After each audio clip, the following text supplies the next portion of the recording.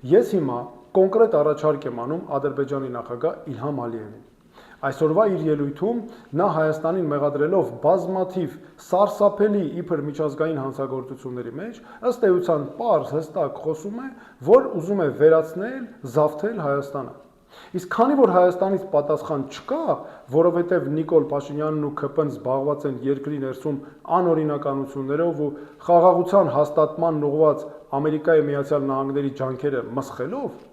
ես եմ տալիս այդ պատասխանը։ Եվ Ադրբեջանի նախագահին անում եմ կոնկրետ առաջարկ։ Եթե դուք այդքան վստահ եք, որ մենք ձեր նկատմամբ կատարել ենք այդ սարսափելի հանցագործությունները, ինչը վստահաբար այդպես չէ, եկեք դիմենք միջազգային քրեական դատարան։ Սա անհատական քրեական պատասխանատվություն ու պատիժ նախատեսող բարձր դատարանն է։ Դուք դիմեք մեր դեմ, եւ մենք կդիմենք ձեր դեմ։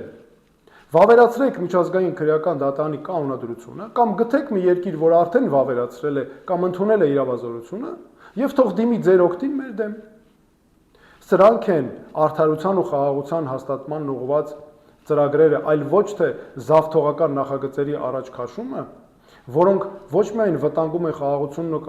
կայունությունը Հայաստանում, այլ ամբողջ տարածաշրջանում եւ հեղինակազրկում են Ամերիկայի Միացյալ Նահանգների խաղաղասիրական միջնորդական առաքելությունը։ Ժողովուրդ ջան, հիմա ես ձեզ եմ ուզում դիմել։ Իրավունքը մեր ձեռքին է, փաստերը մեր ձեռքին են։ Վստահ եմ խելացի աշխատելու դեպքում բազմաթիվ արդյունքների կարող ենք հասնել։ Մի ընկճվեք, ժողովուրդ ջան, հանկարծ չընկճվեք, մի վախեցեք, մի տրվեք վախերի։